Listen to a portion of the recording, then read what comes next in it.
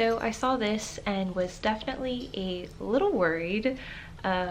Basically, there are some side effects for certain supplements that you never would guess like would be a side effect. Like for glutathione, having the gas and things like that, especially with your intestines and just moving out waste. That's definitely a side effect that most people wouldn't think that they would get when they start glutathione. Another one I think would be like having cold-like symptoms or flu-like symptoms. Usually that's just like when you first get on glutathione, like for that first week, things can feel a little weird, and it's just like it's a full body detox. This person says, hey guys, I have a quick question, observation, concern.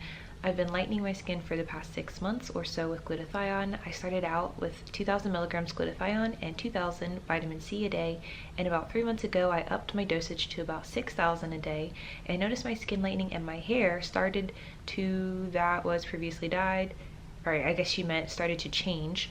That was previously dyed jet black started to fade to dark blonde redhead color. I was okay with that side effect. However, as time progressed, I experimented with various brands and forms and glutathione and found acetyl to be the best form. I saw significant lighting, and I'm literally about Chris Brown's complexion now, as I started out about a little browner than Jaden Smith.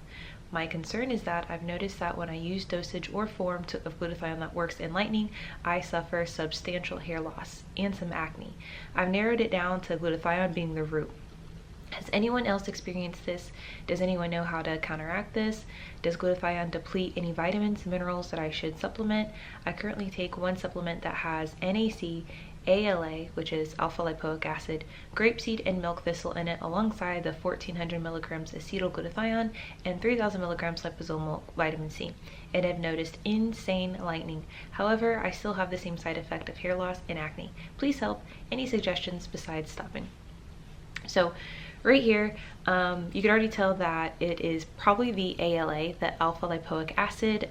That is a side effect that I've noticed other people have had just from kind of browsing through different reviews, because I myself wanted to add it to my regimen a while ago.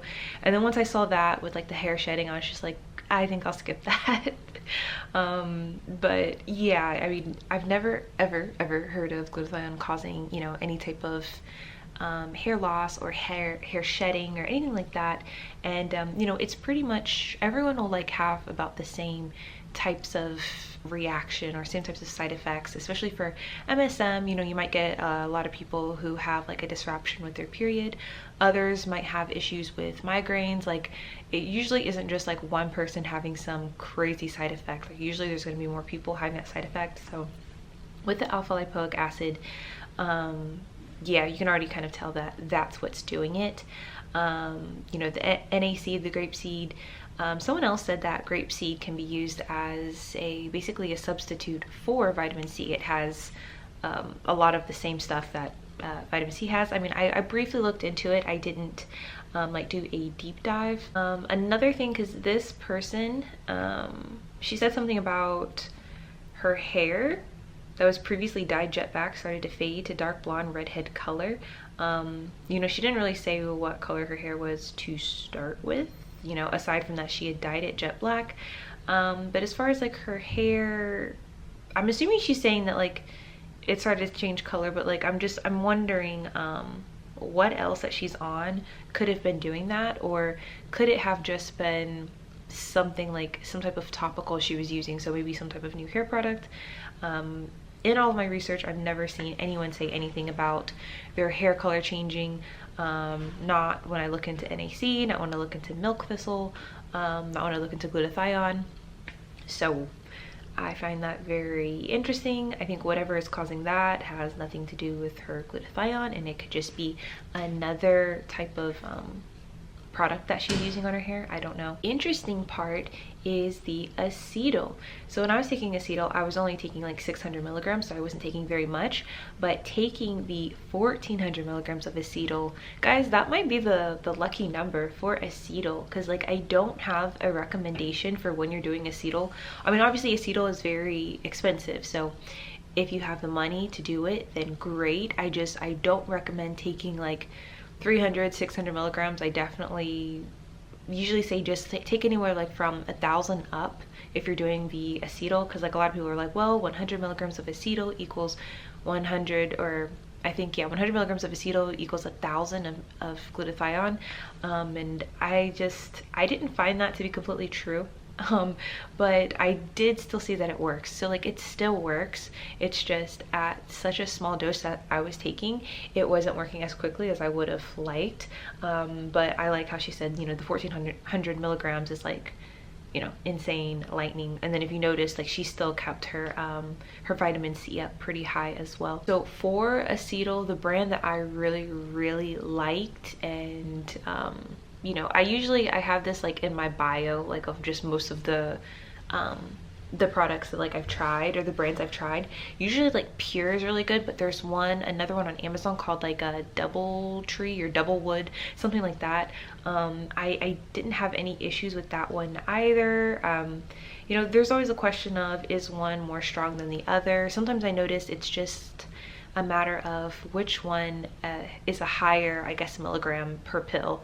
So, if they're just like 100 milligrams per pill and you only have like a bottle full of 60, then you're going to be going through that like crazy. And so I think I really like Pure because it had like, I think it was 300 milligrams per pill. So I could just take 2 a day, but I don't recommend that. I recommend if you're going to do acetyl to at least try to get close to 1,000 milligrams, if not more, of acetyl. I think you're going to see a change taking 600 milligrams, but I don't think it'll be enough that will, I don't know, probably be satisfying. Some of the perks of doing like an acetyl would be, obviously you don't have to do a rectal syringe, you don't have to do like a nebulizer, you can just take it orally, where if you're using like the reduced glutathione, then the bioavailability is just terrible. So you definitely would want to take it in a way that it doesn't get broken down in your stomach acid.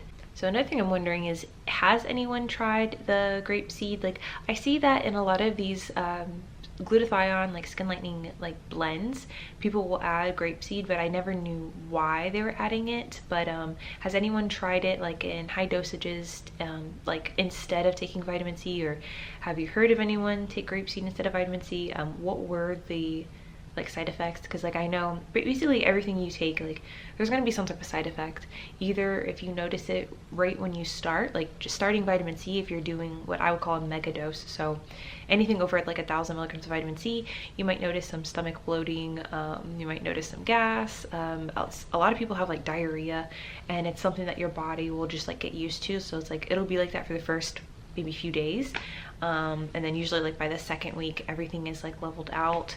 And I guess the best way to kind of avoid that, or not necessarily avoid it, but just to not have it be as bad, is just to slowly increase your dose. So start off with like the 1,000 milligrams a day, and then just increase it a little bit by little bit by little bit.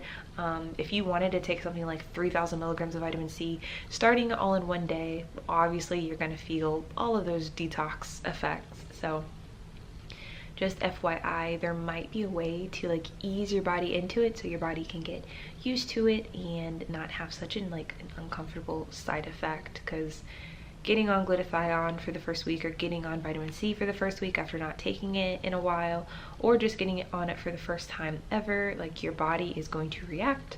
You're going to notice that you did something different. And it can definitely be a little uncomfortable.